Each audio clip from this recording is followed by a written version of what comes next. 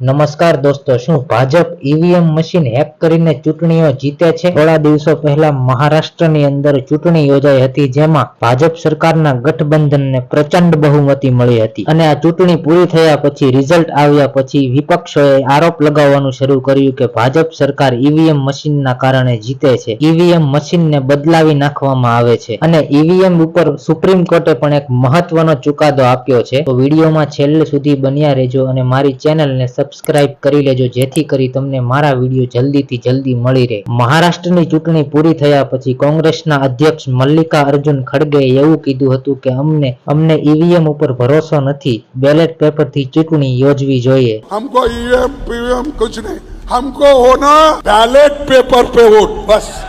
અને અમેરિકાના એક બિઝનેસમેન છે એલોન મસ્ક, જેને તમે બધા ઓળખતા જ હશો, એમણે પણ જણાવ્યું કે ઈવીએમ મશીન હેક થઈ શકે છે, કેમ કે એ એક ઇલેક્ટ્રોનિક આઇટમ છે અને હું એક ટેકનોલોજીસ્ટ છું, એટલે મને ખબર છે કે ઈવીએમ મશીન હેક થઈ શકે છે, તે માટે ચૂંટણીઓ બેલેટ પેપરથી યોજવી જોઈએ. સુપ્રીમ કોર્ટે સોમવારે ચૂંટણીમાં પેપર બેલેટ વોટિંગ સિસ્ટમને ફરીથી દાખલ કરવાની માંગ કરતી અરજી પર વિચાર કરવાનો ઇનકાર કર્યો હતો. આ સિવાય પિટિશનમાં અન્ય ઘણા ચૂંટણી સુધારાની માંગ કરવામાં આવી હતી. આ મામલો જસ્ટિસ વિક્રમનાથ અને જસ્ટિસ પી.બી. વરાલની બેન્ચ સમક્ષ આવ્યો હતો. સુનાવણી શરૂ થતાની સાથે જ બેન્ચે સ્પષ્ટ કર્યું કે તે અરજી પર વિચાર કરવા ઈચ્છુક નથી. જોકે ડોક્ટર એ પોલ રૂબરૂ હાજર રહીને ભારપૂર્વક જણાવ્યું હતું કે કોર્ટ સમક્ષ ઉઠાવવામાં આવેલ મુદ્દો ખૂબ જ મહત્વપૂર્ણ છે અને વધારેમાં સુપ્રીમ કોર્ટે જણાવ્યું કે તમે જીતો તો ઈવીએમ સારું અને જો ભાજપ સરકાર જીતે તો ઈવીએમમાં ખરાબી. આવું કઈ રીતે હોઈ શકે? આ તો એક હિપોક્રેસી કહેવાય. જો કોંગ્રેસની સરકાર જીતે તો ઈવીએમ સારું કહેવાય